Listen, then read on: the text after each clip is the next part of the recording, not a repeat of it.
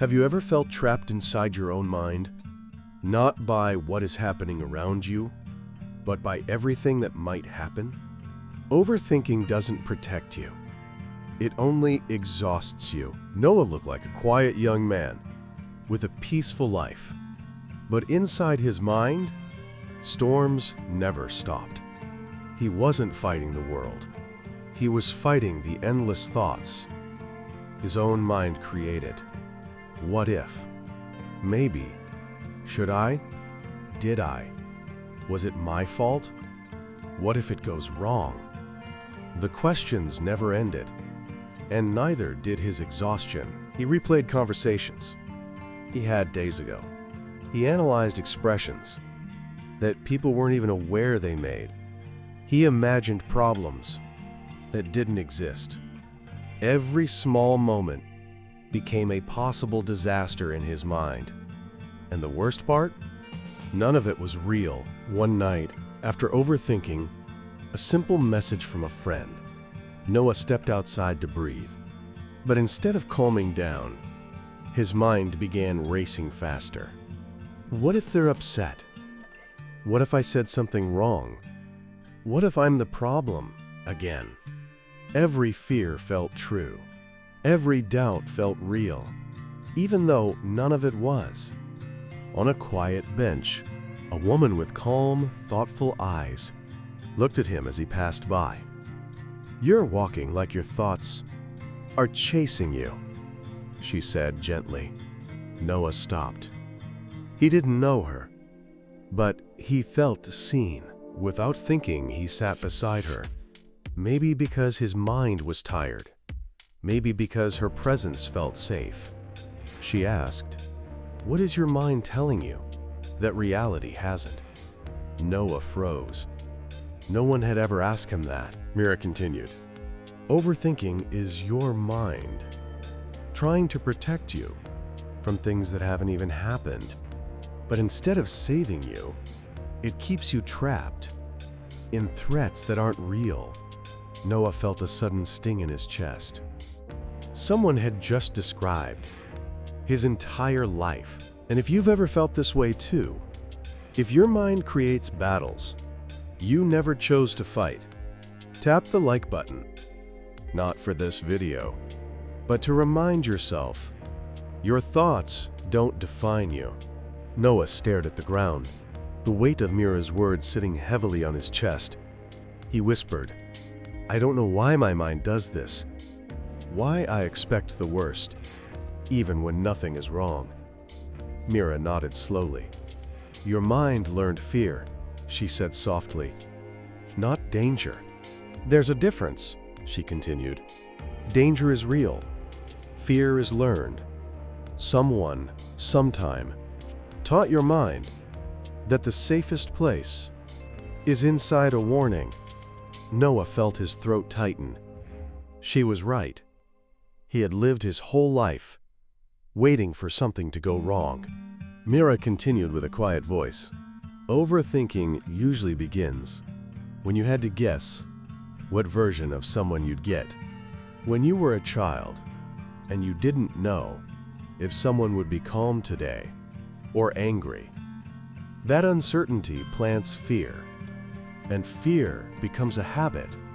Noah felt his chest burn because he remembered. He remembered the nights when silence felt like danger, when footsteps meant he had to be alert, when peace felt unpredictable. Mira looked at him gently. "So your mind became a bodyguard," she said. "It assumed everything was a threat, even when you were safe. That's why you overthink decisions. That's why you replay conversations. That's why you imagine the worst.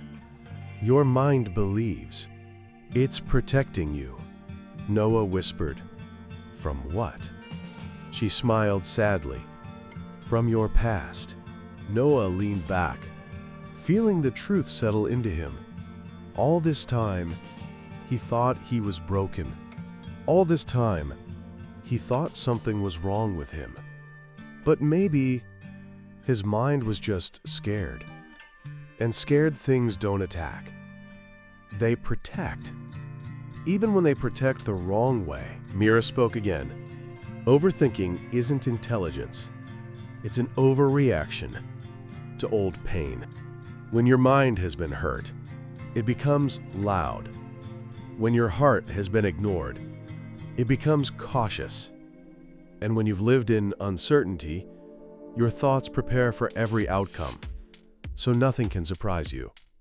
Noah felt tears filling his eyes again, because this time, the pain finally made sense. If you've ever felt this, the spiraling thoughts, the imagined scenarios, the constant fear of what if, hit the like button.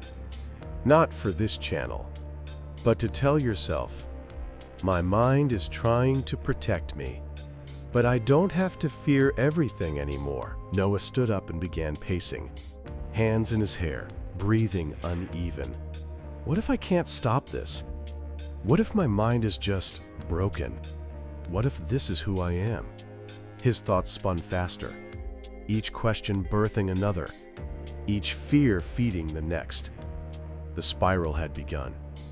Mira watched silently, as if she had seen many people break right at this point. She rose slowly and placed a gentle hand on his shoulder. "Noah," she said softly. His thoughts stopped, not because he wanted to stop them, but because someone's presence felt stronger than his fears. "You're not broken," she whispered. "You're overwhelmed." He sank onto the bench again. Mira sat beside him and continued. "Your thoughts are loud because your heart is quiet. Your mind speaks for your heart when you don't let your heart speak." Noah swallowed painfully. He remembered every moment he ignored his feelings, every time he pretended to be fine, every time he hid what hurt. His mind filled the silence, left by emotions he never expressed. "Overthinking isn't you," Mira said. "It's what happens when your true feelings have nowhere to go." His distorted reflection on the water felt like a metaphor for his entire life. He never allowed his heart to speak, so his mind spoke instead, loudly, relentlessly, painfully. And then Noah finally broke. Not violently, not dramatically, but softly. He covered his face, and tears slipped through his fingers. For the first time in years, he wasn't fighting his emotions. He was releasing them. Mira didn't interrupt. She let him feel what he had buried. Because this was the moment healing begins. When his tears slowed, she spoke again. "Noah, your mind was never the enemy. It was trying to save you, in the only way it knew how. But you don't live in danger anymore. You don't need to fight ghosts. Your mind still remembers." Noah lifted his head, eyes red but clearer. For the first time, he could feel the difference between fear and reality. And if you've ever felt this, the overthinking, the racing thoughts, the endless what-ifs, tap the like button and tell yourself, I don't have to live in my mind's old fears. Noah sat still, the storm inside him finally quiet. For the first time in years, he wasn't arguing with his thoughts. He wasn't fighting his fears. He wasn't running from anything. He was simply breathing. Mira watched him with a soft smile. "You see," she said gently, "your mind isn't dangerous when you stop running from it." Mira stood and looked toward the river. Most people live their entire lives believing every thought is true, but thoughts aren't facts. They're reactions, echoes, guesses. Your mind predicts danger because it remembers pain. But you get to decide which thoughts deserve your trust. Noah realized something important. He had been treating his thoughts as commands. Instead of opinions, Mira turned to him. "You can retrain your mind," she said.